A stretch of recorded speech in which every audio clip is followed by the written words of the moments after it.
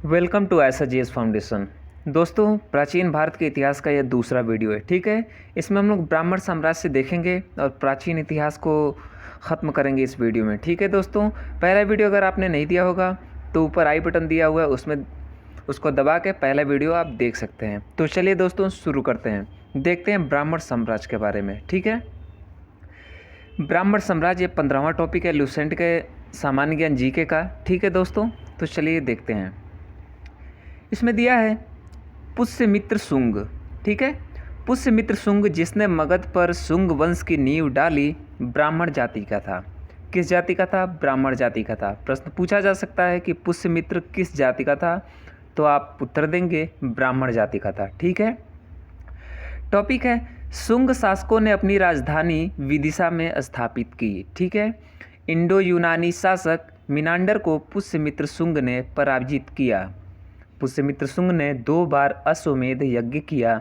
इसके लिए पतंजलि ने अश्वमेध यज्ञ कराए। ठीक है, आगे है कि पुष्यमित्र शुंग ने 2 बार अश्वमेध यज्ञ किया, इनके लिए पतंजलि ने अश्वमेध यज्ञ कराए। ठीक है, भरत स्तूप का निर्माण पुष्यमित्र शुंग ने करवाया था। यह प्रश्न बार बार पूछा जाता है कि भरत स्तूप का निर्माण किस शासक ने करवाया था, तो किसने करवाया था? तो पुष्यमित्र शुंग ने करवाया था। ठीक है, आगे है कि शुंग वंश का अंतिम शासक देवभूति था। यह भी इम्पोर्टेंट है कि शुंग वंश का अंतिम शासक कौन था, तो शुंग वंश का अंतिम शासक देवभूति था। कौन था? देवभूति था। इसकी हत्या 73 ईसा पूर्व में वासुदेव ने कर दी और मगध की गद्दी पर कर्ण वंश की स्थापना की। ठीक है, प्रश्न यहाँ पे बहुत अच्छा बनेगा कि कर्ण वंश की स्थापना किसने की, तो वासुदेव ने की। ठीक है, और शुंग वंश का अंतिम शासक कौन था, तो देवभूति था। ठीक है दोस्तों, आगे देखते हैं। कर्ण वंश का अंतिम राजा सुशर्मा हुआ। सिमुक ने 60 ईसा पूर्व में सुशर्मा की हत्या कर दी और सातवाहन वंश की स्थापना की। प्रश्न ये बनेगा कि सातवाहन वंश की स्थापना किसने की, तो किसने की थी, तो सुशर्मा ने की थी। ठीक है दोस्तों, आगे देखते हैं। सातवाहन आंध्र वंश शासकों ने अपनी राजधानी प्रतिष्ठान में स्थापित की। कहाँ पे स्थापित की, तो प्रतिष्ठान में स्थापित की। प्रतिष्ठान आंध्र प्रदेश के औरंगाबाद जिले में है। ठीक है दोस्तों, आगे देखते हैं।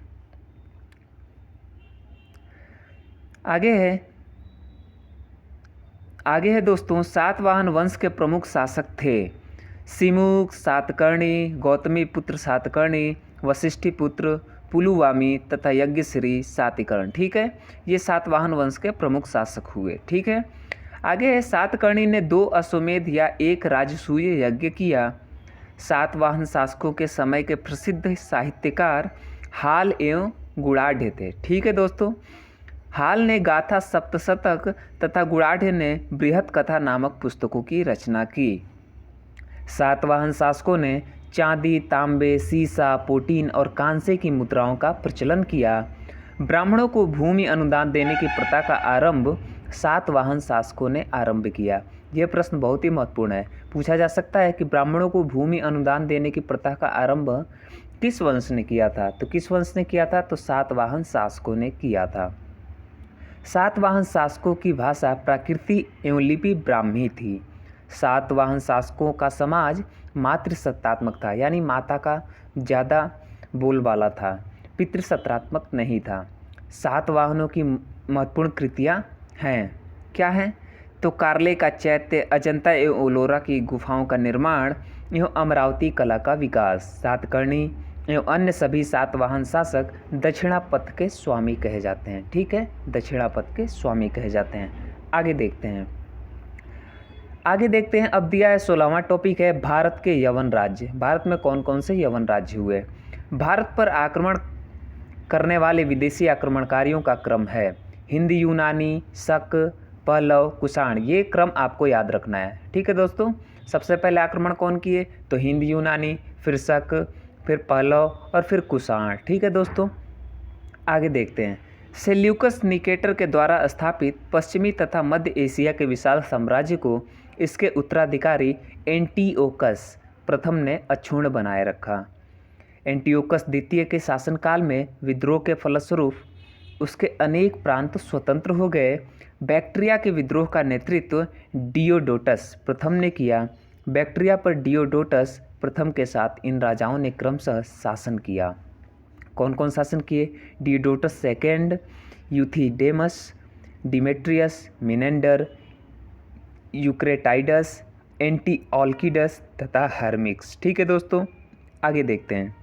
भारत पर सबसे पहले आक्रमण बैक्ट्रिया के शासक डेमेट्रियस ने किया। किसने किया? तो डेमेट्रियस ने किया। इसने 190 ईसा पूर्व में भारत पर आक्रमण कर अफगानिस्तान, पंजाब एवं सिंध के बहुत बड़े भाग पर अधिकार कर लिया। इसने साकल को अपनी राजधानी बनाई। किसको राजधानी बनाई? तो साकल को राजधानी बनाई। इसे ही हिंदू यूनानी का बैक्ट्रियाई यूनानी कहा गया। ठीक है, हिंद यूनानी का बैक्ट्रियाई यूनानी कहा गया। आगे देखते हैं।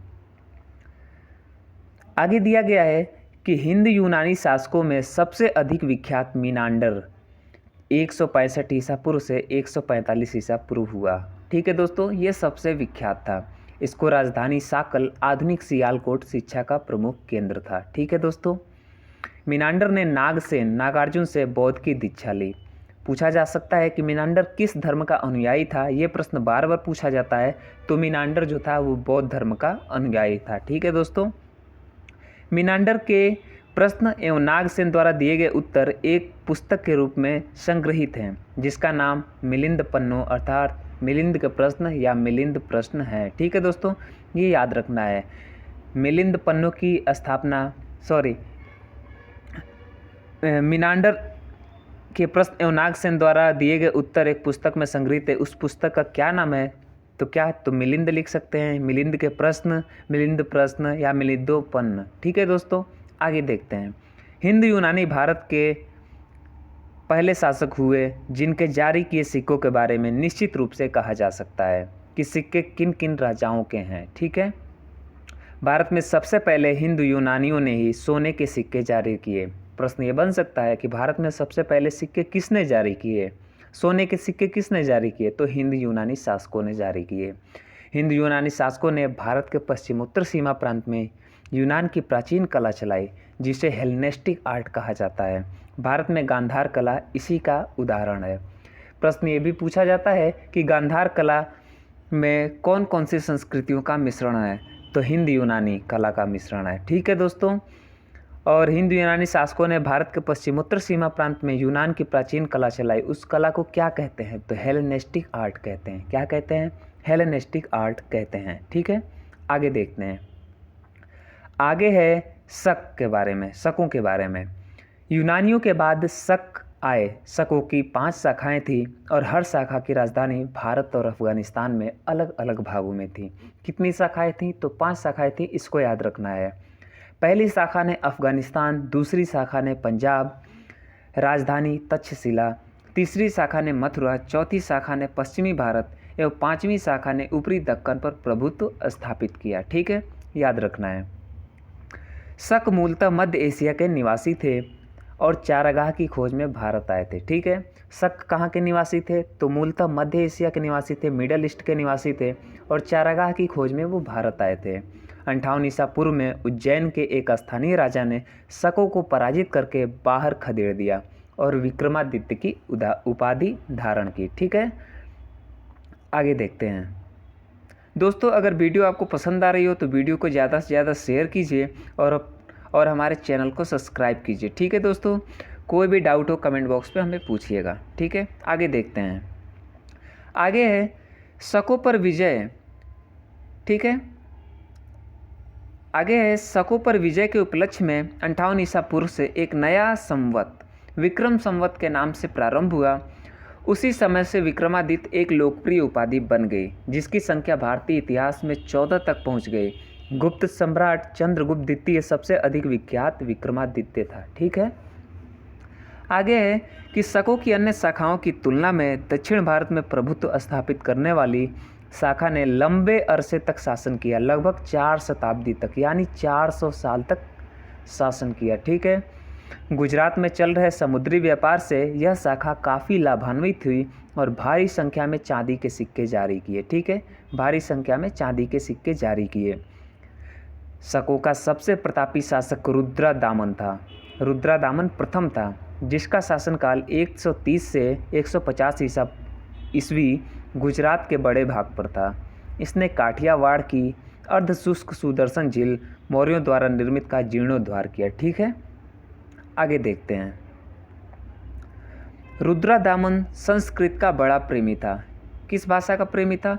तो संस्कृत का बड़ा प्रेमी था। उसने ही सबसे पहले विशुद्ध संस्कृत भाषा में लंबा अभिलेख गिरनार अभिलेख जारी किया। इसके पहले के सभी अभिलेख प्राकृत भाषा में रचित थे। भारत में शक राजा अपने को क्षत्रप कहते थे। प्रश्न ये यहाँ से दो प्रश्न निकल के आ रहा है। तो शक राजा अपने आप को क्या कहते थे? तो शक राजा अपने आप को क्षत्रप कहा करते थे। ठीक है, और रुद्रदामन किस भाषा का प्रेमी था? तो रुद्रदामन जो था वो संस्कृत भाषा का प्रेमी था। और गिरनार अभिलेख किस भाषा में लिखा गया है? तो गिरनार अभिलेख जो है वो संस्कृत भाषा में लिखा गया है। ठीक है दोस्तों, आगे देखते हैं। आप कुषाणों के बारे में दिया गया है। कुषाण, पहलव के बाद कुषाण आए जो यूची एवं तोखरी भी कहलाते हैं। यूची नामक एक कला 5 कुलों में बट गया था। ठीक है, यूची नामक एक कबीला 5 कुलों में बट गया था। उन्हीं में से एक कुल था कुषाण।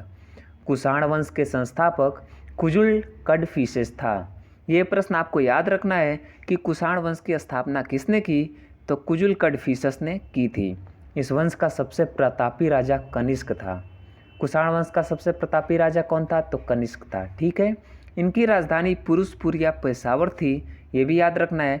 कुषाणों की द्वितीय राजधानी मथुरा थी। ठीक है, कनिष्क ने 78 ईस्वी गद्दी पर बैठने के समय में एक संवत चलाया जो शक संवत कहलाता है, जिसे भारत सरकार द्वारा प्रयोग में लाया जाता है। ठीक है, यह भारत सरकार का भी संवत है। ठीक है, कौन सा संवत है? तो शक संवत। ठीक है, 78 ईस्वी में प्रारंभ हुआ था शक संवत। ये प्रश्न बार बार पूछा जाता है कि शक संवत कब प्रारंभ हुआ? तो 78 ईस्वी में। ठीक है, किसने प्रारंभ किया? तो कनिष्क ने प्रारंभ किया। आगे देखते हैं। बौद्ध धर्म की चौथी संगीति कनिष्क के शासनकाल में कुंडलवन कश्मीर में प्रसिद्ध बौद्ध विद्वान वसुमित्र की अध्यक्षता में हुई। ठीक है, बौद्ध धर्म की चौथी संगीति किसके शासनकाल में हुई? तो कनिष्क के शासनकाल में कुंडलवन कश्मीर में प्रसिद्ध बौद्ध विद्वान वसुमित्र की अध्यक्षता में हुई थी। आगे देखते हैं। कनिष्क बौद्ध धर्म के महायान संप्रदाय का अनुयायी था। कंफ्यूज मत होइएगा, क्वेश्चन ये दे देगा कि कनिष्क क्या हीनयान का अनुयायी था? तो आपको उत्तर देना है नहीं। कनिष्क जो था वो बौद्ध धर्म के महायान संप्रदाय का अनुयायी था। ठीक है, मानने वाला था। आरंभिक कुषाण शासकों ने भारी संख्या में स्वर्ण मुद्राएं जारी की, जिनकी शुद्धता गुप्त काल की स्वर्ण मुद्राओं से उत्कृष्ट है। ठीक है, यानी बढ़िया है, उनसे क्वालिटी में बेहतर है। ठीक है, आगे देखते हैं। कनिष्क का राजवैद्य। कनिष्क का राजवैद्य आयुर्वेद का विख्यात विद्वान चरक था। ठीक है, चरक किसका विद्वान राजकीय वैद्य था? तो कनिष्क का राजवैद्य था, जिसने चरक संहिता की रचना की। यहाँ पे एक प्रश्न ये बनता है कि चरक ने किस कृति की रचना की? तो किस कृति की रचना की? तो चरक संहिता की रचना की। ठीक है, किसका राजकीय वैद्य था? तो किसका था? तो कनिष्क का। ठीक है, आगे है। महाविभा सूत्र के रचनाकार वसुमित्र हैं। इसे ही बौद्ध धर्म का विश्वकोश कहा जाता है। ठीक है, कनिष्क के राजकवि अश्वघोष ने बौद्धों का रामायण बुद्ध चरित की रचना की। यहाँ पे बहुत बढ़िया प्रश्न बनेगा कि बुद्ध चरित की रचना किसने की? तो बुद्ध चरित की रचना राजकवि अश्वघोष ने की। ठीक है, आगे देखते हैं। वसुमित्र पार्श्व नागार्जुन महाचेत और संघ रच भी कनिष्क के दरबार की विभूति थे। भारत का आइंस्टाइन नागार्जुन को कहा जाता है। ठीक है, इनकी पुस्तक माध्यमिक सूत्र, इस पुस्तक में नागार्जुन ने सापेक्षता का सिद्धांत प्रस्तुत किया था। ठीक है, या प्रस्तुत किया है। किसमें? भारत का आइंस्टाइन किसे कहा जाता है? तो भारत का आइंस्टाइन नागार्जुन को कहा जाता है। ठीक है दोस्तों, कनिष्क की मृत्यु 102 ईस्वी में हो गई। कुषाण वंश का अंतिम शासक वासुदेव था। ठीक है, कुषाण वंश का अंतिम शासक कौन था? तो वासुदेव था। ठीक है, गांधार शैली एवं मथुरा शैली का विकास कनिष्क के शासनकाल में हुआ था। ठीक है, रेशम मार्ग पर नियंत्रण रखने वाले शासकों में सबसे प्रसिद्ध कौन थे? कुषाण थे। ठीक है, नोट, रेशम बनाने, यहाँ पे नोट करके दिया है। रेशम बनाने की तकनीक का आविष्कार सबसे पहले चीन में हुआ था। कहाँ पे हुआ था? तो सबसे पहले चीन में हुआ था। आगे हम पढ़ते हैं। 19वां टॉपिक है गुप्त साम्राज्य। ठीक है, गुप्त साम्राज्य के बारे में दिया गया है। गुप्त साम्राज्य का उदय तीसरी शताब्दी के अंत में प्रयाग के निकट कौशाम्बी में हुआ। ठीक है, गुप्त वंश का संस्थापक श्रीगुप्त 240 से 280 ईस्वी था। गुप्त वंश की स्थापना किसने की थी? तो श्रीगुप्त ने की थी। ठीक है, श्रीगुप्त का उत्तराधिकारी घटोत्कच 280 से 320 हुआ। ठीक है, गुप्त वंश का प्रथम महान सम्राट चंद्रगुप्त प्रथम था। ठीक है, यह 320 ईस्वी में गद्दी पर बैठा। इसने लिच्छवी राजकुमारी देवी से विवाह किया। इसने महाराजा धीराज की उपाधि धारण की। ठीक है, गुप्त संवत 319 से 320 ईस्वी की शुरुआत चंद्रगुप्त प्रथम ने की। प्रश्न ये बनेगा कि गुप्त संवत की शुरुआत किसने की थी? तो चंद्रगुप्त प्रथम ने की थी। ठीक है, आगे देखते हैं। आगे है कि चंद्रगुप्त प्रथम का उत्तराधिकारी समुद्रगुप्त हुआ। ठीक है, जो 335 ईस्वी में गद्दी पर बैठा। इसने आर्यावर्त के 9 शासकों और दक्षिणावर्त के 12 शासकों को पराजित किया। इन्हीं विजय के कारण इसे भारत का नेपोलियन कहा जाता है। ठीक है, समुद्रगुप्त को क्या कहा जाता है? तो समुद्रगुप्त को भारत का नेपोलियन कहा जाता है। समुद्रगुप्त का राजदरबारी कवि हरिसेन था। ठीक है, जिसने इलाहाबाद प्रशस्ति लेख की रचना की। ठीक है, यहाँ से भी बढ़िया प्रश्न है कि हरिसेन किसका दरबारी कवि था? तो हरिसेन जो था वो समुद्रगुप्त का दरबारी कवि था। और इलाहाबाद प्रशस्ति की रचना की। तो इलाहाबाद प्रशस्ति की रचना किसने की? तो हरिसेन ने की थी। समुद्रगुप्त विष्णु का उपासक था। ठीक है, समुद्रगुप्त ने अश्वमेध कर्ता की उपाधि धारण की। ठीक है, समुद्रगुप्त संगीत प्रेमी था। ऐसा अनुमान उसके सिक्कों पर उसे वीणा वादन करते हुए दिखाए जाने से लगाया जा सकता है। ठीक है, आगे है कि समुद्रगुप्त ने विक्रमांक की उपाधि धारण की थी। इसे कविराज भी कहा जाता है। समुद्रगुप्त को क्या कहा जाता है? कविराज भी कहा जाता था और विक्रमांक भी कहा जाता था। ठीक है, आगे देखते हैं। समुद्रगुप्त का उत्तराधिकारी चंद्रगुप्त द्वितीय हुआ, जो 380 ईस्वी में राजगद्दी पर बैठा। चंद्रगुप्त द्वितीय के शासनकाल में चीन बौद्ध यात्री फाहियान भारत आया था। ठीक है, चीनी बौद्ध यात्री फाहियान किसके शासनकाल में भारत आया था? तो चंद्रगुप्त द्वितीय के शासनकाल में भारत आया था। शकों पर विजय के उपलक्ष्य में चंद्रगुप्त द्वितीय ने चांदी के सिक्के चलाए। चंद्रगुप्त द्वितीय का उत्तराधिकारी कुमारगुप्त प्रथम या गोविंद गुप्त 415 से 454 ईस्वी था। ठीक है, नालंदा विश्वविद्यालय की स्थापना कुमारगुप्त ने की थी। ये प्रश्न बहुत ही महत्वपूर्ण है, पूछा जा सकता है कि नालंदा विश्वविद्यालय की स्थापना किसने की, और आपको 4 आंसर दिए रहेंगे, उसमें करेक्ट चूज करना है। तो क्या चूज करेंगे? नालंदा विश्वविद्यालय की स्थापना किसने की थी? तो कुमारगुप्त ने की थी। ठीक है, कुमारगुप्त ने की थी। दोस्तों, वीडियो पसंद आ रही है तो वीडियो को ज़्यादा से ज़्यादा शेयर कीजिए और हमारे चैनल को सब्सक्राइब कीजिए और नीचे कमेंट बॉक्स में बताइए कि आपको और किस टॉपिक पे वीडियो चाहिए। ठीक है दोस्तों, आगे देखते हैं।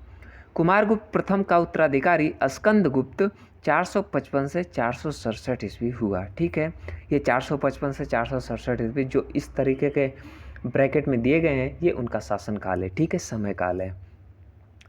स्कंदगुप्त ने गिरनार पर्वत पर स्थित सुदर्शन झील का पुनरुद्धार कराया।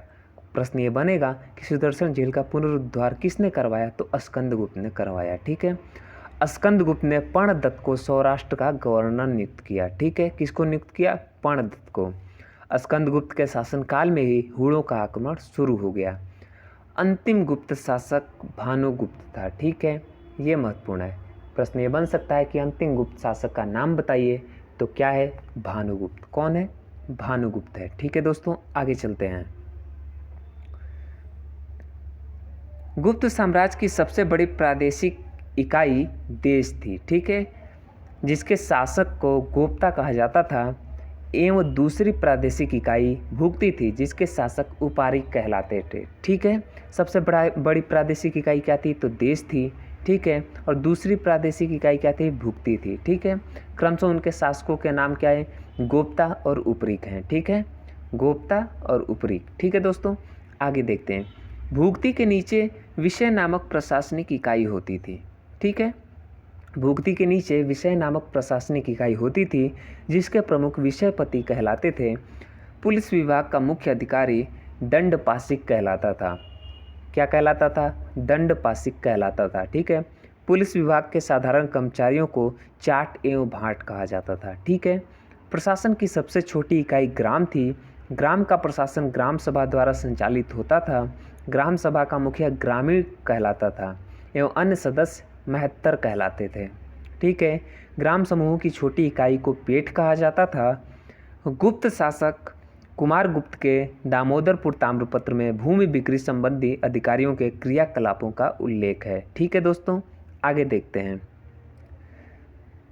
भू राजस्व कुल उत्पादन का 1/4 से 1/6 भाग हुआ करता था। ठीक है, ये महत्वपूर्ण है, इसको आपको याद रखना है। ठीक है, आगे देखते हैं। आर्थिक उपयोगिता के आधार पर निम्न प्रकार की भूमि थी। पहला क्षेत्र कृषि योग्य करने भूमि। ठीक है। वास्तु वास करने योग्य भूमि। चारागाह भूमि पशुओं के चारा योग्य भूमि।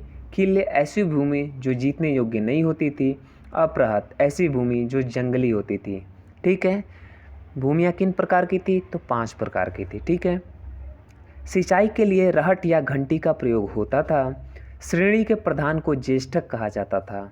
गुप्त काल में उज्जैन सर्वाधिक महत्वपूर्ण व्यापारिक केंद्र था। ठीक है। गुप्त राजाओं ने सर्वाधिक स्वर्ण मुद्राएं जारी की। इनकी स्वर्ण मुद्राओं को अभिलेखों में दीनार कहा गया है। गुप्त स्वर्ण मुद्राओं को क्या कहा गया है अभिलेखों में?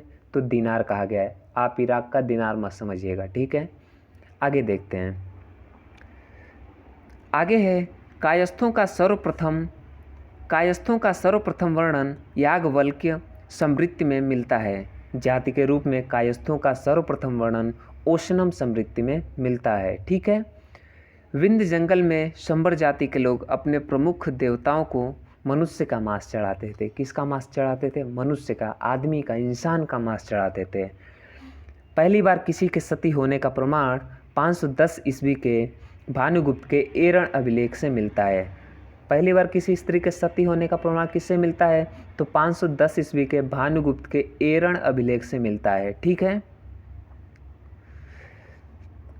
दोस्तों, एक कोट मुझे याद आ रहा है, एक शेर मुझे याद आ रहा है जिसको मैं आपके सामने सुनाना चाहूँगा कि रख हौसला वो मंजर भी आएगा, चल के तेरे पास समुंदर भी आएगा, थक के ना बैठ है मंजिल के मुसाफिर, थक के ना बैठ है मंजिल के मुसाफिर, मंजिल भी मिलेगी और मिलने का मज़ा भी आएगा। तो दोस्तों अपनी तैयारी में जी जान से जुड़ जाइए।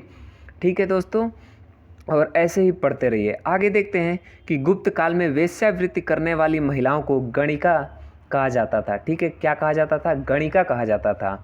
वृद्ध वेश्याओं को कट्टनी कहा जाता था। क्या कहा जाता था? कुट्टनी। ठीक है दोस्तों, आगे देखते हैं। गुप्त सम्राट वैष्णव धर्म के अनुयायी थे। ठीक है, तथा उन्होंने इसे राजधर्म बनाया था। विष्णु का वाहन गरुड़ गुप्तों का राज चिन्ह था।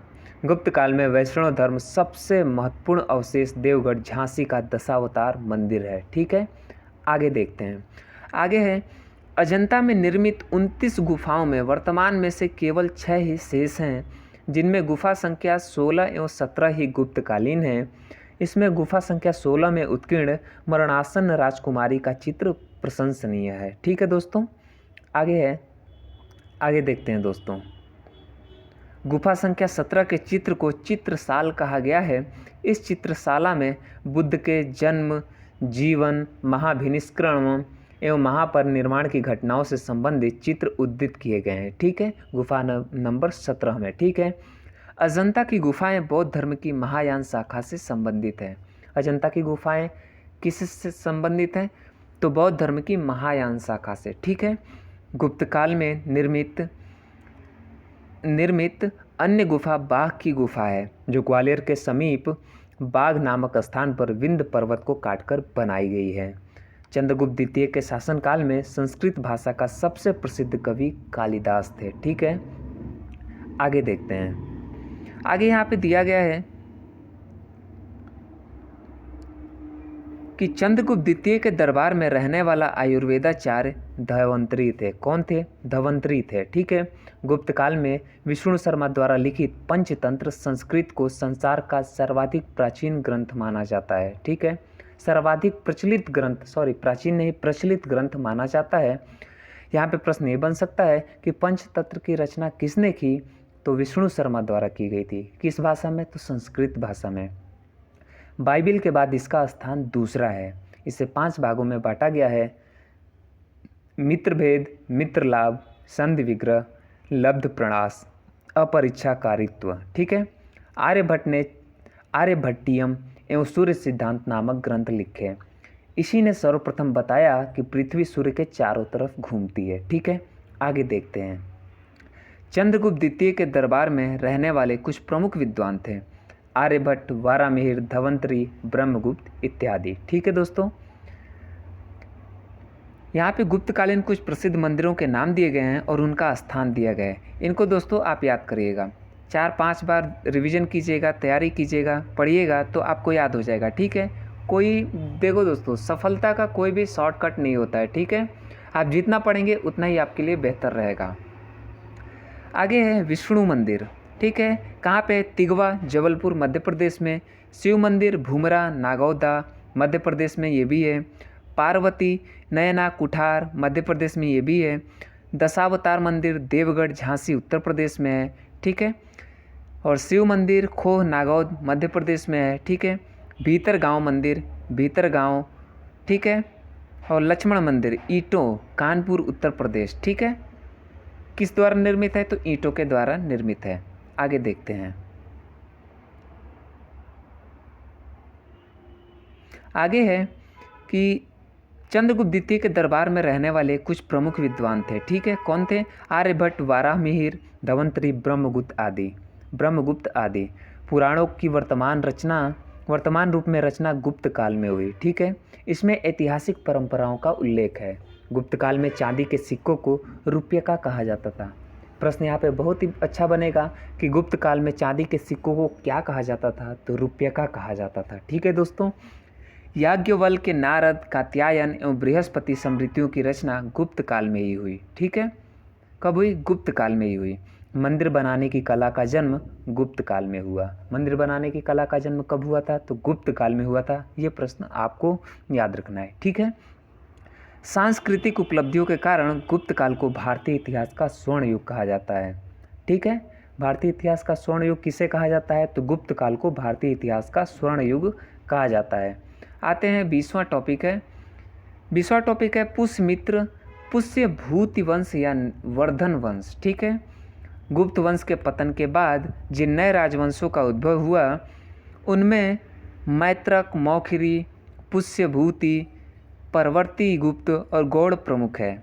इन राजवंशों में पुष्यभूति वंश के शासकों ने सबसे विशाल साम्राज्य स्थापित किया। ठीक है, पुष्यभूति वंश के संस्थापक पुष्यभूति था। इसकी राजधानी थानेश्वर, हरियाणा प्रांत के करनाल जिले में स्थित वर्तमान थानेसर नामक स्थान था। ठीक है, ये याद रखना इतना कि पुष्य वंश के संस्थापक पुष्यभूति था। ठीक है, आगे देखते हैं।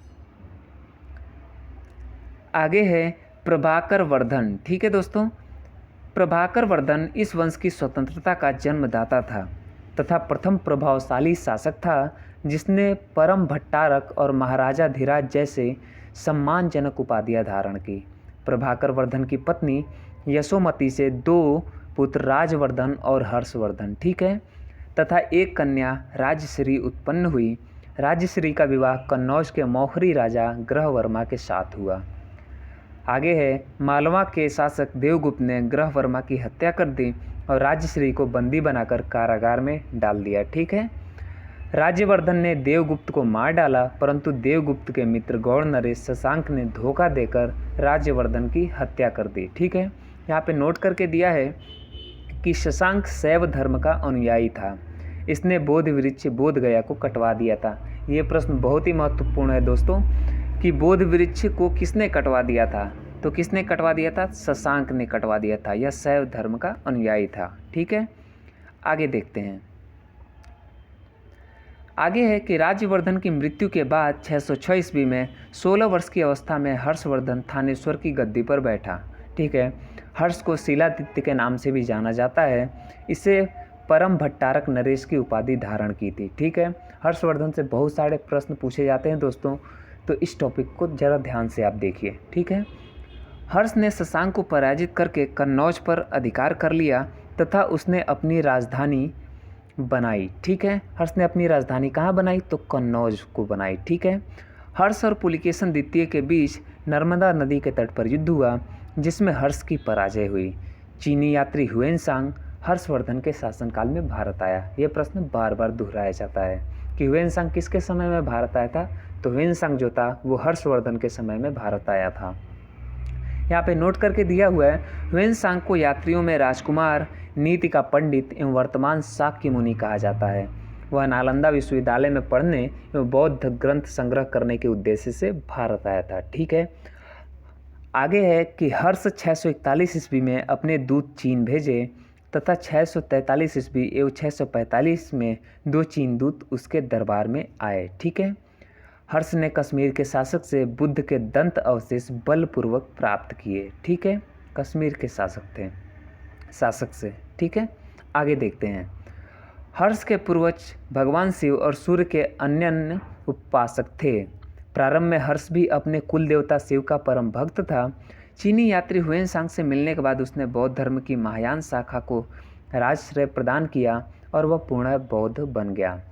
हर्ष किस धर्म का अनुयायी था, तो हर्ष बौद्ध धर्म का अनुयायी था। ठीक है, और उसके पूर्वज किस धर्म को मानते थे, तो भगवान शिव और सूर्य के उपासक थे। ठीक है दोस्तों, आगे है कि हर्ष के समय में नालंदा महाविहार महायान बौद्ध धर्म की शिक्षा का प्रधान केंद्र था। आगे है कि हर्ष के समय में प्रयाग में प्रति 5वें वर्ष एक समारोह आयोजित किया जाता था जिसे महामोक्ष परिषद कहा जाता था। ह्वेनसांग स्वयं 6वें समारोह में सम्मिलित हुआ था। बाणभट्ट हर्ष के दरबारी कवि थे। उन्होंने हर्षचरित एवं कादंबरी की रचना की। प्रश्न यहाँ से 3 प्रश्न बन सकता है दोस्तों कि बाणभट्ट किसके दरबारी कवि थे, तो बाणभट्ट जो थे वो हर्ष के दरबारी कवि थे। ठीक है दोस्तों, उन्होंने किस किस बुक्स की रचना की, तो हर्षचरित की रचना की एवं कादंबरी की रचना की। ठीक है, ये आपको याद रखना है। आगे देखते हैं। प्रियदर्शिका, रत्नावली तथा नागानंद नामक 3 संस्कृत नाटक ग्रंथों की रचना हर्ष ने की थी। कहा जाता है कि धावक नामक कवि ने हर्ष से पुरस्कार लेकर उसके नाम से ये तीनों नाटक लिख दिए। ठीक है, आगे देखते हैं। हर्ष को भारत का अंतिम हिंदू सम्राट कहा गया है, लेकिन वह न तो कट्टर हिंदू था और न ही सारे देश का शासक था। ठीक है, आगे देखते हैं। हर्ष के अधीनस्थ शासक महाराज अथवा महासामंत कहे जाते थे। ठीक है, हर्ष के मंत्रिपरिषद के मंत्री को सचिव या अमात्य कहा जाता था। प्रशासन की सुविधा के लिए हर्ष का साम्राज्य कई प्रांतों में यानी कई राज्यों में विभाजित था। प्रांतों को भुक्ति कहा जाता था। प्रत्येक भुक्ति का शासक राजस्थानीय, उपरीक अथवा राष्ट्रीय कहलाता था। ठीक है, ये नाम है अलग अलग। यहाँ नोट करके फिर दिया हुआ है कि हर्षचरित में प्रांतीय शासक के लिए लोकपाल शब्द आया है। हर्षचरित जिसकी रचना किसने की थी, बाणभट्ट ने की थी। ठीक है, उसमें प्रांतीय शासक के लिए कौन सा शब्द आया है, तो लोकपाल शब्द आया है। ठीक है, भुक्ति का विभाजन जिलों में हुआ था। ठीक है, अब जो राज्य थे वो जिलों में बटे हुए थे। जिले की संज्ञा थी विषय, जिसका प्रधान विषयपति होता था। विषय के अंतर्गत कई पाठक आधुनिक तहसील होते थे। ठीक है, कई पाठक होते थे। पाठक को क्या कहा जाता है आज के समय में, तो आधुनिक तहसील कहा जाता है। ठीक है, और जिले को क्या कहा जाता था उस समय, तो जिले को विषय कहा जाता था और उसके प्रधान को यानी मुखिया को विषयपति कहा जाता था। ठीक है, आगे देखते हैं। ग्राम शासन की सबसे छोटी इकाई थी। ग्राम शासन का प्रधान ग्राम छपटलिक कहा जाता था। ठीक है, ग्रामाच पटलिक कहा जाता था। आगे देखते हैं। पुलिस कर्मियों को चाट या भाट कहा जाता था। ठीक है, पुलिस कर्मियों को चाट या भाट कहा गया है। अधिकारी लेवल के होते थे। ठीक है, किस स्तर के होते थे, तो अधिकारी स्तर के होते थे। अश्वसेना के उत्तराधिकारियों अश्वसेना के अधिकारियों को बृहदेश्वर, पैदल सेना के अधिकारियों को बलाधिकृत या महाबलाधिकृत कहा जाता था। ठीक है दोस्तों, हर्षचरित में सिंचाई के साधन के रूप में तुला यंत्र, जल पंप का उल्लेख मिलता है। ठीक है, हर्षचरित में। हर्ष के समय मथुरा सूती वस्त्रों के निर्माण के लिए प्रसिद्ध था। प्रश्न ये बन सकता है कि हर्ष के शासनकाल में मथुरा किसके लिए प्रसिद्ध था, तो सूती वस्त्रों के निर्माण के लिए प्रसिद्ध था।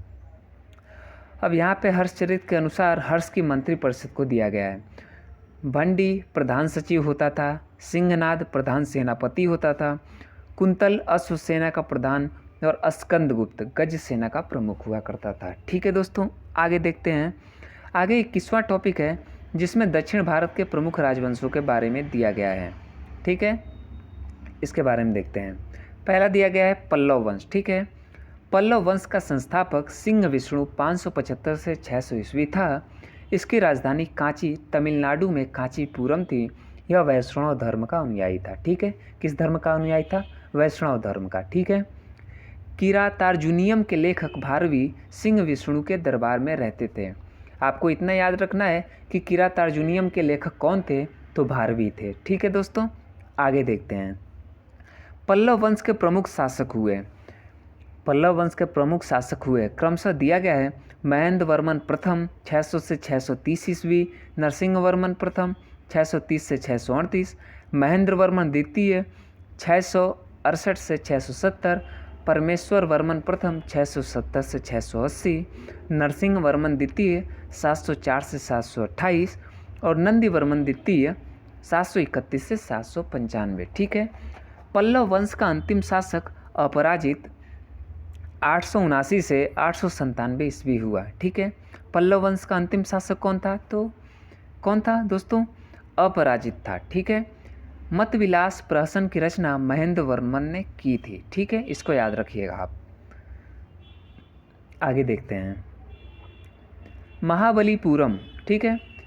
महाबलीपुरम के एकाश्म मंदिर, जिन्हें रथ कहा गया है, का निर्माण पल्लव राजा नरसिंह वर्मन प्रथम के द्वारा करवाया गया था। रथ मंदिरों में सबसे छोटा द्रौपदी रथ है, जिसमें किसी प्रकार का अलंकरण नहीं मिलता।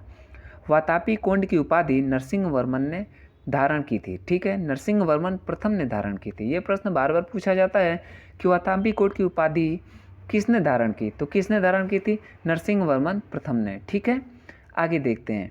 अरबों के आक्रमण के समय पल्लवों का शासक नरसिंह वर्मन द्वितीय था।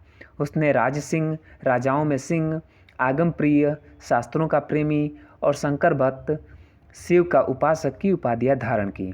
उसने कांची के कैलाशनाथ मंदिर का निर्माण करवाया, जिसे राज सिद्धेश्वर मंदिर भी कहा जाता है। इसी मंदिर के निर्माण से द्रविड़ स्थापत्य कला की शुरुआत हुई। महाबलीपुरम में शोर मंदिर। ठीक है दोस्तों, आगे देखते हैं। 10 कुमार चरित के लेखक दंडी नंदी वर्मन द्वितीय के दरबार में रहते थे। ठीक है, आगे है। कांची के मुक्तेश्वर मंदिर तथा वैकुंठ पेरुमाल मंदिर का निर्माण नंदीवर्मन द्वितीय ने कराया। ठीक है, प्रसिद्ध वैष्णव संत तिरुमन्नई अलवार नंदीवर्मन द्वितीय के समकालीन थे। ठीक है, आगे देखते हैं।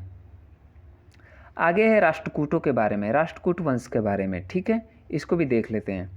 राष्ट्रकूट वंश। राष्ट्रकूट वंश का संस्थापक दंती दुर्ग था। ठीक है, याद रखना है दोस्तों। राष्ट्रकूट वंश का संस्थापक कौन था? दंती दुर्ग था। 752 ईस्वी था। इसकी राजधानी मनकिरी या मान्यखेत, वर्तमान मालखेड़, सोलापुर के निकट थी।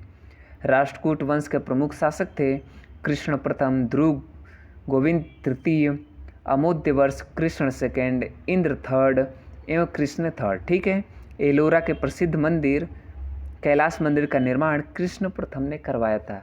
एलोरा के कैलाश मंदिर का निर्माण किसने करवाया था? तो कृष्ण प्रथम ने करवाया था। ठीक है, आगे देखते हैं।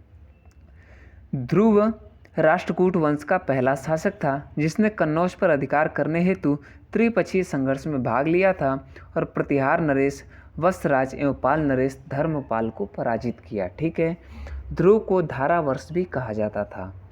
गोविंद तृतीय ने त्रिपक्षीय संघर्ष में भाग लेकर चक्रा युद्ध एवं उसके संरक्षक धर्मपाल तथा प्रतिहार वंश के शासक नागभट्ट को पराजित किया। ठीक है, आगे देखते हैं। आगे दिया गया है कि पल्लव पांड्य केरल एवं गंग शासकों के संघ को गोविंद तृतीय ने नष्ट किया। ठीक है, अमोद्य वर्ष जैन धर्म का अनुयायी था। इसने कन्नड़ में कविराज मार्ग की रचना की। ठीक है, आगे देखते हैं।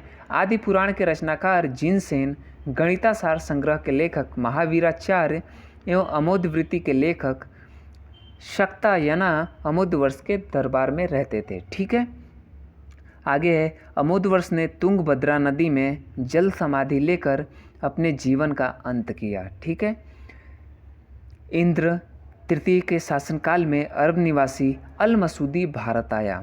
इसने तत्कालीन राष्ट्रकूट शासकों को भारत का सर्वश्रेष्ठ शासक कहा।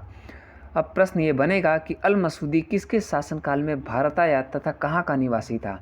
तो जो अल मसूदी था वो अरब देश का निवासी था और इंद्र तृतीय के शासनकाल में भारत आया, राष्ट्रकूटों के शासनकाल में भारत आया था। ठीक है। राष्ट्रकूट वंश का अंतिम महान शासक कृष्ण तृतीय था। इसी के दरबार में कन्नड़ भाषा के कवि पुण्य रहते थे, जिन्होंने शांति पुराण की रचना की। ठीक है। कल्याणी के चालुक्य तैलप द्वितीय ने 973 ईस्वी में कर्क को हराकर राष्ट्रकूट पर अपना अधिकार कर लिया और कल्याणी के चालुक्य वंश की नींव डाली। ठीक है। कल्याणी के चालुक्य वंश की नींव डाली। ठीक है। आगे देखते हैं। एलोरा एवं एलिफेंटा, ठीक है, महाराष्ट्र, गुहा मंदिरों का निर्माण राष्ट्रकूटों के समय में ही हुआ। ठीक है। एलोरा में से 34 शैलकृत गुफाएं हैं। इनमें 1 से 12 तक बौद्धों, 13 से 29 तक हिंदुओं और 30 से 34 तक जैनों की गुफाएं हैं। ये आपको जो क्रम है ये आपको याद रखना है, ये पूछा जाता है। ठीक है दोस्तों, आगे देखते हैं। राष्ट्रकूट शैव, वैष्णव, भाक्त, शाक्त संप्रदायों के साथ साथ जैन धर्म के भी उपासक थे। राष्ट्रकूटों ने अपने राज्यों में मुसलमान व्यापारियों को बसने तथा इस्लाम के प्रचार की स्वीकृति दी थी। आगे देखते हैं चालुक्य, कल्याणी के चालुक्यों के बारे में। ठीक है। चालुक्य वंश, कल्याणी के चालुक्य वंश की स्थापना तैलप द्वितीय ने की थी। किसने की थी? तैलप द्वितीय ने की थी। राजधानी कहाँ थी? मान्यखेड़ थी। ठीक है। चालुक्य वंश कल्याणी के प्रमुख शासक हुए तैलप प्रथम, तैलप द्वितीय, विक्रमादित्य, जय सिंह, सोमेश्वर द्वितीय, विक्रमादित्य 6, ठीक है, सोमेश्वर तृतीय एवं तैलप तृतीय। ठीक है। सोमेश्वर प्रथम ने मान्यखेड़ से राजधानी हटाकर कल्याणी कर्नाटक को बनाया। ठीक है। इस वंश का सबसे प्रतापी शासक विक्रमादित्य षष्ठम था। ठीक है। विल्लण एवं ज्ञानेश्वर विक्रमादित्य 6 के दरबार में ही रहते थे। मिताक्षरा हिंदू विधि ग्रंथ याज्ञवल्क्य समृद्धि पर व्याख्या नामक ग्रंथ की रचना महान विधिवेत्ता विज्ञानेश्वर ने की थी। ठीक है। विक्रमादेवचरित की रचना विल्हण ने की थी। इसमें विक्रमादित्य 6 के जीवन पर प्रकाश डाला गया है। ठीक है। आगे देखते हैं। आगे है वातापी के चालुक्यों के बारे में। ठीक है, इसको भी पढ़ते हैं। जय सिंह ने वातापी के चालुक्य वंश की स्थापना की। ठीक है। जिसकी राजधानी वातापी बीजापुर, ठीक है, बीजापुर के निकट थी। इस वंश के प्रमुख शासक थे पुलिकेशन प्रथम, कीर्तिवर्मन, पुलिकेशन द्वितीय, विक्रमादित्य, विनयादित्य एवं विजयादित्य। इनमें सबसे प्रतापी राजा कौन थे? तो पुलिकेशन द्वितीय था। ठीक है। महाकूट स्तंभ लेख से प्रमाणित होता है कि पुलिकेशन द्वितीय बहु सुवर्ण एवं अग्निष्टोम यज्ञ संपन्न करवाया। ठीक है। जिनेन्द्र का मेगुती मंदिर पुलिकेशन द्वितीय ने ही बनवाया था। पुलिकेशन द्वितीय ने हर्षवर्धन को हराकर परमेश्वर की उपाधि धारण की थी। इसने दक्षिणापथेश्वर की उपाधि भी धारण की। पल्लववंशी शासक नरसिंह वर्मन प्रथम ने पुलिकेशन द्वितीय को लगभग 642 ईस्वी में परास्त किया और उसकी राजधानी बादामी पर अधिकार कर लिया। संभवतः इसी युद्ध में पुलिकेशन द्वितीय मारा गया। इसी विजय के बाद नरसिंह वर्मन ने वातापी कोड की उपाधि धारण की। ठीक है। एहोल अभिलेख का संबंध पुलिकेशन द्वितीय से है। ठीक है। लेखक रवि कीर्ति। अजंता के गुहा चित्र में फारसी दूत मंडल को स्वागत करते हुए पुलिकेशन द्वितीय को दिखाया गया है। ठीक है। आगे देखते हैं। आगे है वातापी का निर्माणकर्ता कीर्तिवर्मन को माना जाता है। मालवा को जीतने के बाद विनयादित्य ने सकलोत्तर पथनाथ की उपाधि धारण की। ठीक है।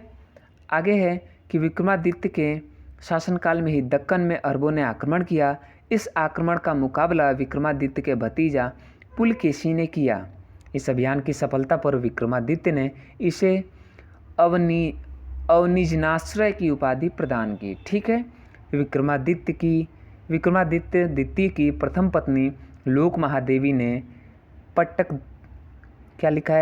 पट्टदकल में विरूपाक्ष महादेव मंदिर तथा उसकी दूसरी पत्नी त्रैलोक्य देवी ने त्रैलोकेश्वर मंदिर का निर्माण करवाया। ठीक है, आगे देखते हैं। इस वंश का अंतिम राजा कीर्तिवर्मन द्वितीय था। ठीक है, इस वंश का अंतिम राजा कीर्तिवर्मन द्वितीय था। इसे इसके सामंत दंतदुर्ग ने परास्त कर एक नए वंश राष्ट्रकूट वंश की स्थापना की। ठीक है, चालुक्य वंश, वेंगी के चालुक्य के बारे में दिया है। ठीक है, वेंगी के चालुक्य वंश का संस्थापक विष्णुवर्धन था। इसकी राजधानी वेंगी आंध्र प्रदेश में थी। इस वंश के प्रमुख शासक थे जय सिंह प्रथम, इंद्रवर्धन, विष्णुवर्धन द्वितीय, जय सिंह द्वितीय एवं विष्णुवर्धन द्वितीय। इस वंश के सबसे प्रतापी राजा विजयादित्य तृतीय था, जिसका सेनापति पंडरंग था। ठीक है, अब चोल वंश पे आते हैं। अगला टॉपिक है चोल वंश। ठीक है, तो चोलों के बारे में पढ़ते हैं। चोल 9वीं शताब्दी में चोल वंश पल्लवों के ध्वंसावशेषों पर स्थापित हुआ। इस वंश के संस्थापक विजयपाल 850 से 87 ईस्वी थे, जिसकी राजधानी तांजाय, तंजौर या तंजावुर थी। ठीक है, विजयपाल ने नरकेसरी की उपाधि धारण की और निशुंभ सूदनी देवी का मंदिर बनवाया। चोलों का स्वतंत्र राज्य आदित्य प्रथम ने स्थापित किया। ठीक है, पल्लवों पर विजय पाने के उपरांत आदित्य प्रथम ने कोदंड राम की उपाधि धारण की।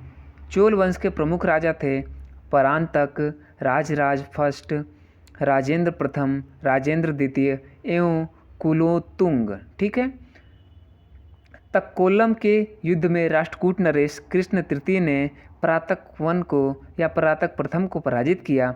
इस युद्ध में परातक प्रथम का बड़ा लड़का राजादित्य मारा गया। राजराज प्रथम ने श्रीलंका पर आक्रमण किया। वहाँ के राजा महिम पाँच को भागकर श्रीलंका के दक्षिण जिला रोहण में शरण लेनी पड़ी। ठीक है, राजराज प्रथम श्रीलंका के विभिन्न प्रदेशों को चोल साम्राज्य का एक नया प्रांत मुंडी चोल मंडलम बनाया और पोलन्नरुवा इसकी राजधानी बनाया। ठीक है, आगे देखते हैं। राजराज प्रथम शैव धर्म का अनुयायी था। किस धर्म का अनुयायी था? तो शैव धर्म का अनुयायी था। इसने तंजौर में राजराजेश्वर का शिव मंदिर बनाया। चोल साम्राज्य का सर्वाधिक विस्तार राजेंद्र प्रथम के शासनकाल में हुआ। बंगाल के पाल शासक महिपाल को पराजित करने के बाद राजेंद्र प्रथम ने गंगैकोंड चोल की उपाधि धारण की और नवीन राजधानी गंगैकोंड चोलपुरम के निकट चोलगंगम नामक विशाल तालाब का निर्माण करवाया। नोट: गजनी का सुल्तान महमूद राजेंद्र प्रथम का समकालीन था। ठीक है, आगे देखते हैं कि राजेंद्र द्वितीय ने प्रकेसरी की एवं वीर राजेंद्र ने राजकेसरी की उपाधि धारण की। चोल वंश का अंतिम राजा राजेंद्र तृतीय था। चोलों एवं पश्चिमी चालुक्यों के बीच शांति स्थापित करने में गोवा के कदंब शासक जयकेश प्रथम ने मध्यस्थ की भूमिका निभाई। ठीक है, आगे देखते हैं। आगे यहाँ पे दिया गया है चोल काल में भूमि के प्रकार। ठीक है, बेल्लन वगाई। ठीक है, गैर ब्राह्मण किसान स्वामी की भूमि। ठीक है, ब्रह्मदेव ब्राह्मणों को उपहार में दी गई भूमि। सालाभोग किसी विद्यालय के रखरखाव के लिए भूमि। देवदान या तिरुनमट्टक्कनी मंदिर को उपहार में दी गई भूमि। पल्लीचंदम, ठीक है, जैन संस्थानों को दान की गई भूमि। ये आपको याद रखना है। ठीक है दोस्तों, आगे देखते हैं।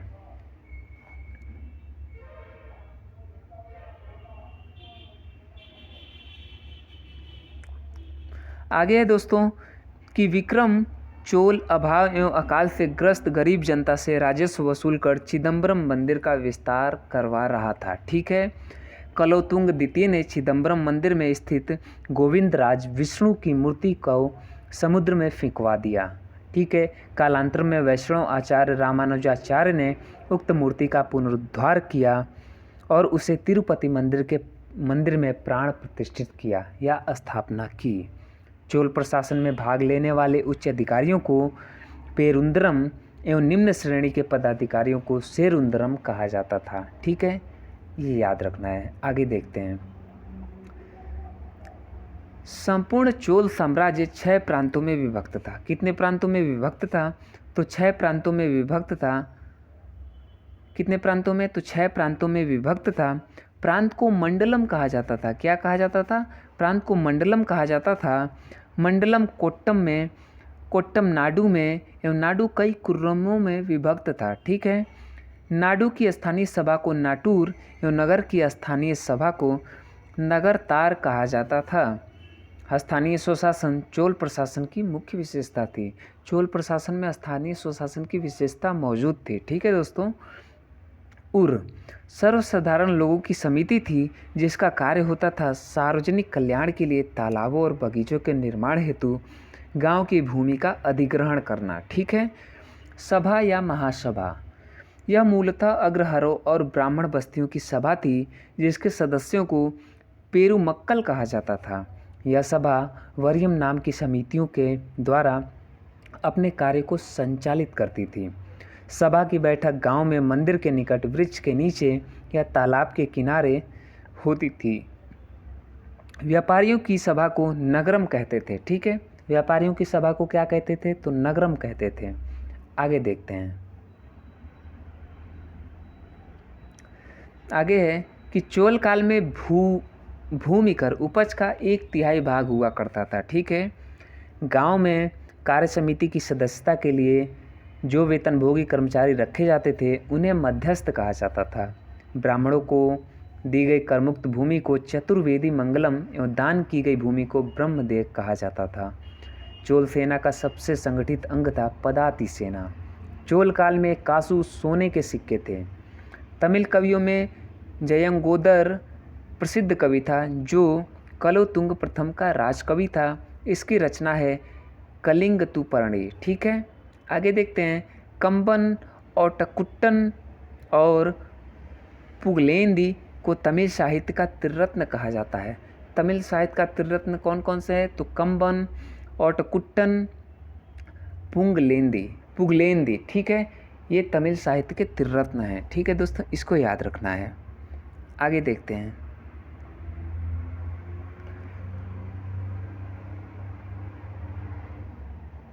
आगे है दोस्तों कि पंप, पुन्न एवं रन्न कन्नड़ साहित्य के त्रिरत्न माने जाते हैं। ठीक है। ये कन्नड़ साहित्य के हैं। परसी ब्राउन ने तंजौर के बृहदेश्वर मंदिर के विमान को भारतीय वास्तुकला का निष्कर्ष माना है। ठीक है। यह निष्कर्ष उत्कृष्ट है। ठीक है। चोलकालीन नटराज प्रतिमा को चोल कला का सांस्कृतिक सार या निचोड़ कहा जाता है। शैव संत ईशान शिव पंडित राजेंद्र प्रथम के गुरु थे। ठीक है। चोल काल 10वीं शताब्दी का सबसे महत्वपूर्ण बंदरगाह कावेरी पट्टनम था। ठीक है। बहुत बड़ा गांव जो एक इकाई के रूप में शासित था तानियर कहलाता था। उत्तर मेरूर शिलालेख जो सभा संस्था का विस्तृत वर्णन उपस्थित करता है परांतक प्रथम के शासनकाल से संबंधित है। चोलों की राजधानी कालक्रम के अनुसार थी। उरैयू, तंजौर, गंगैकोंड, चोलपुरम एवं कांची। ठीक है। चोल काल में सड़कों की देखभाल बागान समिति करती थी। चोल काल में आम वस्तुओं के आदान प्रदान का आधार धान था। ठीक है दोस्तों, क्या था? धान था। आगे दिया गया दोस्तों उत्तर मेरूर अभिलेख के अनुसार सभा की सदस्यता। ठीक है। सभा की सदस्यता के लिए इच्छुक लोगों को ऐसी भूमि का स्वामी होना चाहिए जहां से भू राजस्व वसूला जाता है। ठीक है। ये पहला है। दूसरा, उनके पास अपना घर होना चाहिए। उनकी उम्र 35 से 70 के बीच में होनी चाहिए। उन्हें वेदों का ज्ञान होना चाहिए। ठीक है। आगे देखते हैं। उन्हें प्रशासनिक मामलों में अच्छी जानकारी होनी चाहिए और ईमानदार होने चाहिए। यदि कोई पिछले 3 सालों में किसी समिति का सदस्य रहा है तो वह किसी और समिति का सदस्य नहीं बन सकता। जिसने अपने या अपने संबंधियों के खाते जमा नहीं कराए हैं वह चुनाव नहीं लड़ सकता है। ठीक है। तो ये शर्तें थीं। आगे देखते हैं दोस्तों।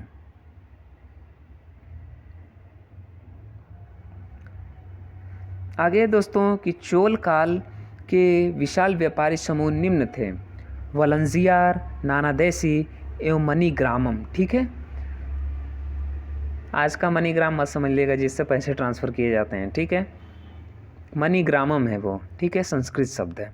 विष्णु के उपासक अलवार एवं शिव के उपासक नयनार संत कहलाते थे। ठीक है दोस्तों, आगे देखते हैं।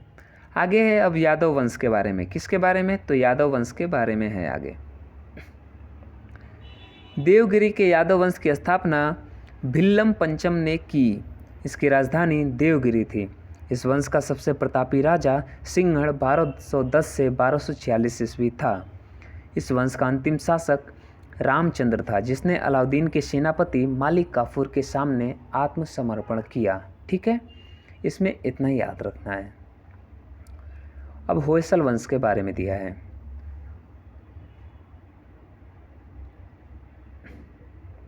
होयसल वंश। द्वार समुद्र के होयसल वंश की स्थापना विष्णुधर्मन ने की थी। किसने की थी? विष्णुधर्मन ने की थी। होयसल वंश यादव वंश की एक शाखा थी। बेलूर में चेन्ना केशव मंदिर का निर्माण विष्णुवर्धन ने 1117 ईस्वी में किया।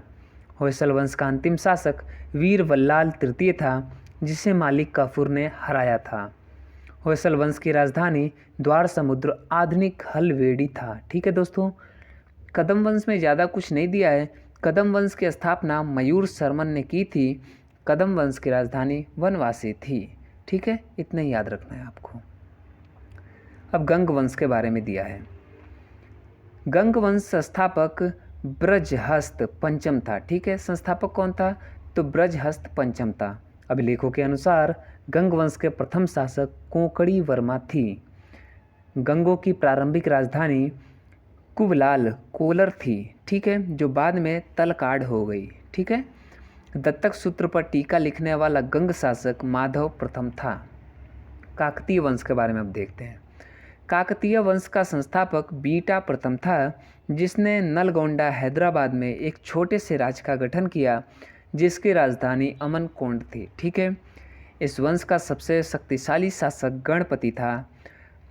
रुद्रमा देवी गणपति की बेटी थी, जिसने रुद्रदेव महाराज का नाम ग्रहण किया, जिसने 35 वर्ष तक शासन किया। ठीक है, गणपति ने अपनी राजधानी वारंगल में स्थानांतरित कर ली। इस राजवंश का अंतिम शासक प्रतापरुद्र 1295 से 1323 ईस्वी था। ठीक है, आगे देखते हैं। सीमावर्ती राजवंशों का अभ्युदय 22वां टॉपिक है। इसमें पाल वंश के बारे में पहला दिया गया है। पाल वंश का संस्थापक गोपाल 750 ईस्वी था। इस वंश की राजधानी मुंगेर थी। कहाँ थी? मुंगेर थी। गोपाल बौद्ध धर्म का अनुयायी था। इसने ओदंतपुरी विश्वविद्यालय की स्थापना की थी। पाल वंश के प्रमुख शासक थे धर्मपाल, देवपाल, नारायणपाल, महेंद्रपाल, नयपाल आदि। पाल वंश का सबसे महान शासक धर्मपाल था, जिसने विक्रमशिला विश्वविद्यालय की स्थापना की थी। यहाँ पे यह प्रश्न बहुत महत्वपूर्ण बनेगा कि विक्रमशिला विश्वविद्यालय की स्थापना किसने की थी? धर्मपाल ने की थी। और किस वंश से संबंधित था? तो पाल वंश से संबंधित था। पाल वंश का संस्थापक कौन था? तो गोपाल था, 750 ईस्वी। ठीक है, आगे देखते हैं। कन्नौज के लिए त्रिपक्षीय संघर्ष पाल वंश, गुर्जर प्रतिहार वंश एवं राष्ट्रकूट वंश के बीच हुआ। इसमें पाल वंश की ओर से सर्वप्रथम धर्मपाल शामिल हुआ था। ठीक है, 11वीं सदी के गुजराती कवि सोठल ने धर्मपाल को उत्तरापय स्वामी की उपाधि से संबोधित किया है। ठीक है, आगे देखते हैं। ओदंतपुरी बिहार के प्रसिद्ध बौद्ध मठ का निर्माण देवपाल ने करवाया था। जावा के शैलेश वंशी शासक बालपुत्र देव के अनुरोध पर देवपाल ने उसे नालंदा में एक बौद्ध विहार बनवाने के लिए 5 गांव दान में दिए थे। ठीक है, आगे देखते हैं कि गौड़ी रीति, ठीक है, नामक साहित्यिक विद्या का विकास पाल शासकों के समय में ही हुआ। पाल शासक बौद्ध धर्म के अनुयायी थे। किस धर्म के अनुयायी थे? तो बौद्ध धर्म के अनुयायी थे। अब यहाँ पे दिया है सेन वंश के बारे में। ठीक है, सेन वंश की स्थापना सामंत सेन ने राढ़ में की थी। इसकी राजधानी नदिया लखनऊती थी। ठीक है, लखनऊ मत समझिएगा। सेन वंश के प्रमुख शासक विजय सेन, बल्लाल सेन एवं लक्ष्मण सेन थे। सेन वंश का प्रथम स्वतंत्र शासक विजय सेन था, जो शैव धर्म का अनुयायी था। ठीक है दोस्तों, आगे देखते हैं। आगे दोस्तों, दान सागर एवं अद्भुत सागर नामक ग्रंथ की रचना सेन शासक बल्लाल सेन ने की थी। अद्भुत सागर को लक्ष्मण सेन ने पूर्ण रूप दिया था। ठीक है, लक्ष्मण सेन की राज्यसभा में गीत गोविंद के लेखक जयदेव, पवन दूत के लेखक धोई एवं ब्राह्मण सर्वस्व के लेखक हलायुद्ध रहते थे। ये प्रश्न बार बार पूछा जाता है कि गीत गोविंद के रचयिता कौन है, तो गीत गोविंद के रचयिता कौन थे? जयदेव थे। ठीक है। हल्ला युद्ध लक्ष्मण सेना का प्रधान न्यायाधीश एवं मुख्यमंत्री था। ठीक है। विजय सेन ने देवपाड़ा में प्रद्युम्नेश्वर मंदिर, शिव की विशाल मंदिर की स्थापना की। सेन राजवंश प्रथम राजवंश था जिसने अपना अभिलेख सर्वप्रथम हिंदी में उत्कीर्ण करवाया। ठीक है, ये बहुत महत्वपूर्ण है कि किस राजवंश ने अपना अभिलेख सर्वप्रथम हिंदी में उत्कीर्ण करवाया, तो किस राजवंश ने? तो सेन राजवंश ने। ठीक है, आगे देखते हैं। लक्ष्मण सेन बंगाल का अंतिम हिंदू शासक था। ठीक है, आगे देखते हैं। कश्मीर के राजवंश।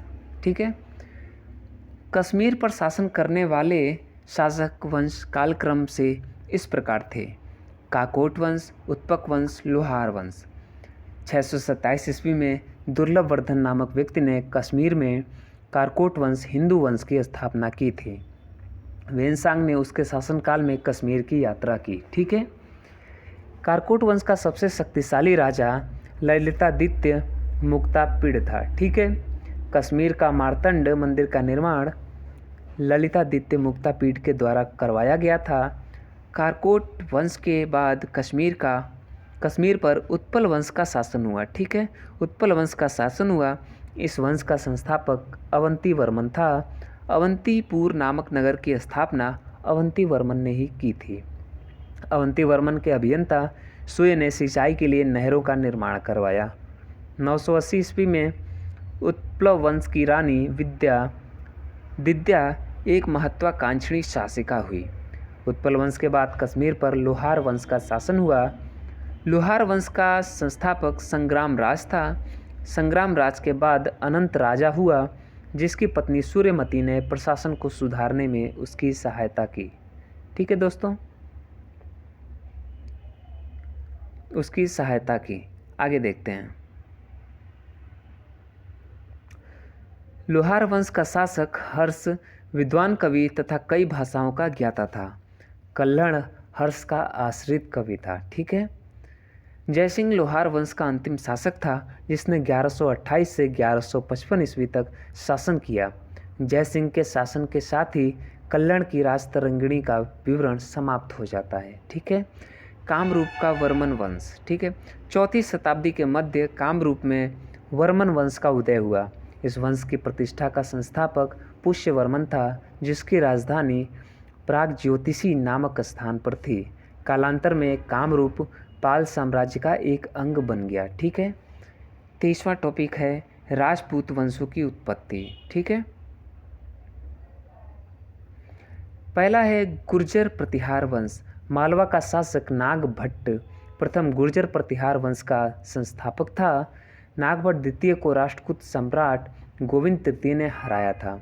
प्रतिहार वंश का सर्वाधिक शक्तिशाली एवं प्रतापी राजा मिहिर भोज था। मिहिर भोज ने अपनी राजधानी कन्नौज में बनाई थी। वह विष्णु भक्त था। ठीक है, उसने विष्णु के सम्मान में आदिवरा की उपाधि ग्रहण की। राजशेखर प्रतिहार शासक महेंद्रपाल के दरबार में रहते थे। इस वंश का अंतिम राजा यशपाल 1036 ईस्वी था। दिल्ली नगर की स्थापना तोमर नरेश अनंगपाल ने 11वीं सदी के मध्य में की थी। ठीक है, ये आपको याद रखना है। आगे देखते हैं गढ़वाल राजवंश। ठीक है, गढ़वाल राजवंश राठौड़। गढ़वाल वंश का संस्थापक चंद्रदेव था। इसकी राजधानी वाराणसी काशी थी। कहाँ पे थी? वाराणसी काशी थी। इस वंश का सर्वाधिक शक्तिशाली राजा गोविंद चंद्र था। कौन था? गोविंद चंद्र था। इसका मंत्री लक्ष्मीधर शास्त्रों का प्रकांड पंडित था, जिसने कृत्य कल्पतरु नामक ग्रंथ की रचना की। गोविंद चंद्र की एक रानी कुमार देवी ने सारनाथ में धर्मचक्र जिन विहार बनवाया। ठीक है, आगे देखते हैं। पृथ्वीराज तृतीय ने स्वयंवर से जयचंद की पुत्री संयोगिता का अपहरण कर लिया था। इस वंश का अंतिम शासक जयचंद था, जिसे गौरी ने 1194 ईस्वी में चंदावर के युद्ध में मार डाला। ठीक है। चाहमान या चौहान वंश। चौहान वंश का संस्थापक वासुदेव था। इस वंश की प्रारंभिक राजधानी अहिछित्र थी। बाद में अजय राज द्वितीय ने अजमेर नगर की स्थापना की और उसे अपनी राजधानी बनाया। इस वंश का सबसे शक्तिशाली राजा अरणोराज के पुत्र विग्रहराज चतुर्थ विशलदेव 1153 से 1163 हुआ, जिसने हरिकेली नामक संस्कृत नाटक की रचना की। ठीक है। शामदेव विग्रहराज चतुर्थ के राजकवि थे। इन्होंने ललित विग्रहराज नामक नाटक लिखा। 2.5 दिन का झोपड़ा नामक मस्जिद शुरू में विग्रहराज चार द्वारा निर्मित एक विद्यालय था। ठीक है। पृथ्वीराज तृतीय इस वंश का अंतिम शासक था। चंद्रप्रदायी पृथ्वीराज तृतीय का राजकवि था। ठीक है, जिसकी रचना पृथ्वीराज रासो है। ये प्रश्न बार बार पूछा जाता है कि पृथ्वीराज किसका दरबारी कवि था, तो पृथ्वीराज तृतीय का दरबारी कवि था। और किसकी रचना की थी, तो पृथ्वीराज रासो की रचना की थी। रणथंभौर के जैन मंदिर का शिखर पृथ्वीराज तृतीय ने ही बनवाया था। आगे देखते हैं। तराइन का प्रथम युद्ध 1191 में हुआ, जिसमें पृथ्वीराज तृतीय की विजय एवं गौरी की हार हुई।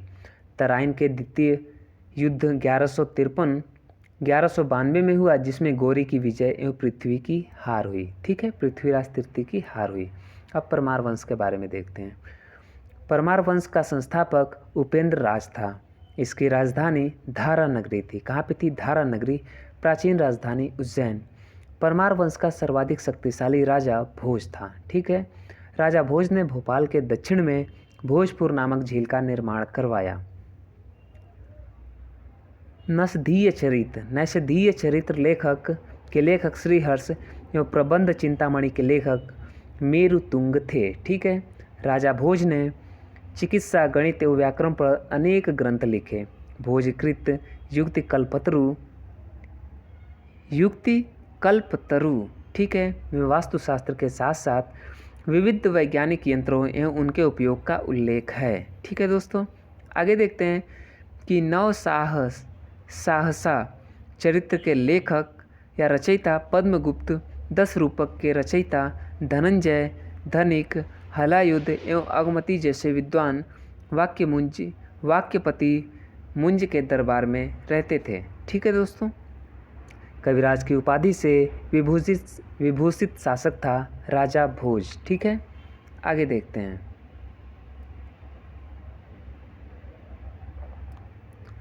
भोज ने अपनी राजधानी में सरस्वती मंदिर का निर्माण करवाया था।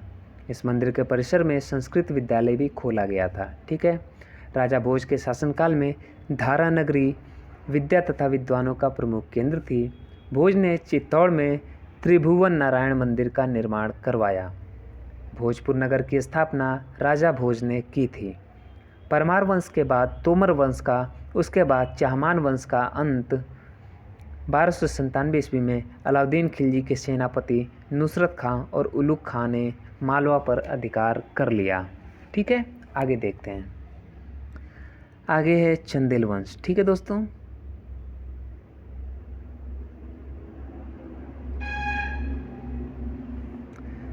चंदेल वंश। प्रतिहार साम्राज्य के पतन के बाद बुंदेलखंड की भूमि पर चंदेल वंश का स्वतंत्र राजनीतिक इतिहास प्रारंभ हुआ। बुंदेलखंड का प्राचीन नाम जिजाक भुगती है। ठीक है, चंदेल वंश का संस्थापक है नन्नूक, 831 ईस्वी।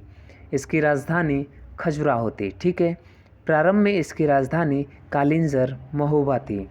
राजा धंग ने अपनी राजधानी कालिंजर से खजुराहो में स्थानांतरित की।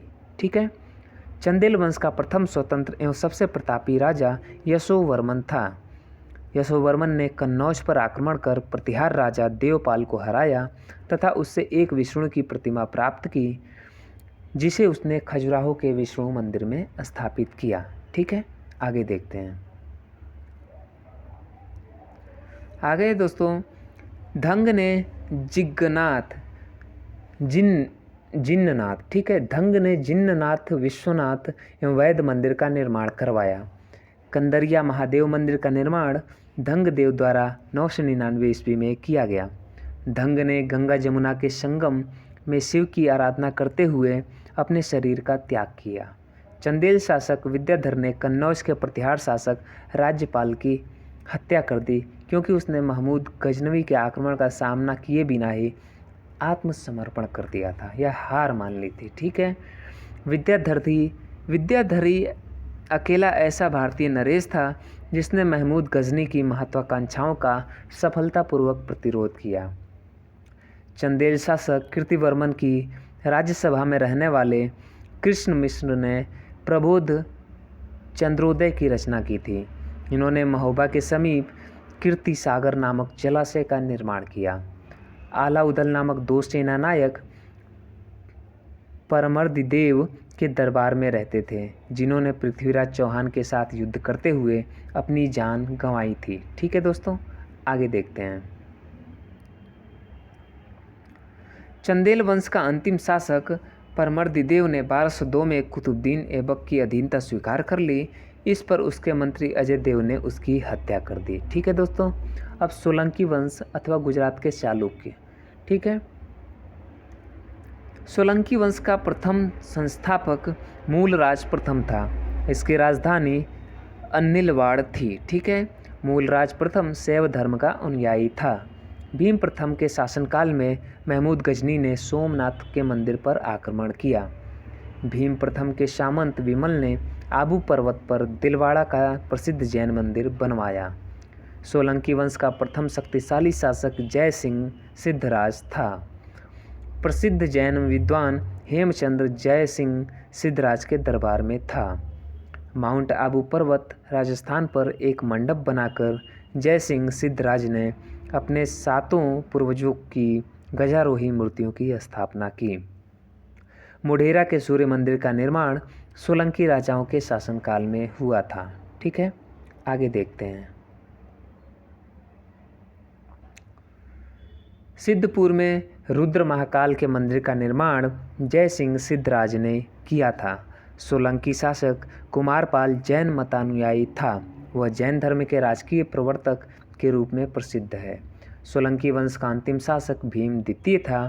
भीम द्वितीय के सामंत लवण प्रसाद ने गुजरात में बघेल वंश की स्थापना की थी।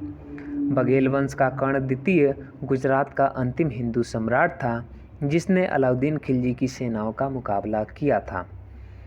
आगे है दोस्तों कलचुरी चेदी राजवंश। ठीक है, देखते हैं क्या दिया है। कलचुरी चेदी वंश का संस्थापक कोक्कल था। इसकी राजधानी त्रिपुरी थी। कलचुरी वंश का एक शक्तिशाली शासक गांगेय देव था, जिसे विक्रमादित्य की उपाधि धारण की। पूर्व मध्यकाल में स्वर्ण सिक्कों के विलुप्त हो जाने के पश्चात इन्होंने सर्वप्रथम इसे प्रारंभ करवाया। कलचुरी वंश सबसे महान शासक कर्णदेव था, जिसने कलिंग पर विजय प्राप्त की और त्रिकलिंगायपति की उपाधि धारण की। प्रसिद्ध कवि राजेश्वर कलचुरी के दरबार में ही रहते थे। आगे देखते हैं सिसोदिया वंश के बारे में। ठीक है, सिसोदिया वंश के शासक अपने आप को सूर्यवंशी कहते थे। क्या कहते थे? सूर्यवंशी कहते थे, यानी सूर्य की संतान है। सिसोदिया वंश के शासक मेवाड़ पर शासन करते थे। मेवाड़ की राजधानी चित्तौड़ थी। अपनी विजयों के उपलक्ष्य में विजय स्तंभ का निर्माण राणा कुंभा ने चित्तौड़ में ही करवाया था। खतौली का युद्ध 1518 ईस्वी में राणा संगा एवं इब्राहिम लोदी के बीच में हुआ था। ठीक है दोस्तों, प्राचीन भारत हमारा अब समाप्त हो चुका है। ठीक है दोस्तों, अभी इसमें आपको बता रहा हूँ क्या क्या याद करना है। तो देखिए, कोई भी वंश है तो उसका संस्थापक, स्थापना वर्ष और आखिरी सम्राट उसमें कौन सा हुआ, ठीक है, और किस सन में वंश समाप्त हुआ और उसके बाद से कौन से वंश का प्रारंभ हुआ, इतना याद रखना है। राजवंशों से संबंधित दरबारी कवि और उनकी कृतियों को याद रखना है। उनके समय में कौन कौन से विदेशी यात्री भारत आए थे उनको याद रखना है। ठीक है, जो कि महत्वपूर्ण टॉपिक है जो मैं बता रहा हूँ, इतना तो आपको याद रखना ही रखना है। ठीक है, और क्या क्या उन्होंने बनवाया था, क्या क्या स्थापत्य कला में उनका योगदान था, इसको याद रखना है। ठीक है दोस्तों, अगले वीडियो में दोस्तों हम लोग मध्यकालीन भारत के बारे में पढ़ेंगे। भारत का मध्यकालीन इतिहास देखेंगे दोस्तों। ठीक है दोस्तों, अगर वीडियो आपको पसंद आ रही हो तो वीडियो को ज़्यादा से ज़्यादा शेयर कीजिए और हमारे चैनल को सब्सक्राइब कीजिए और कोई भी डाउट हो तो हमें कमेंट बॉक्स में कमेंट करके बताइए। ठीक है दोस्तों, तब तक के लिए नमस्कार, थैंक यू।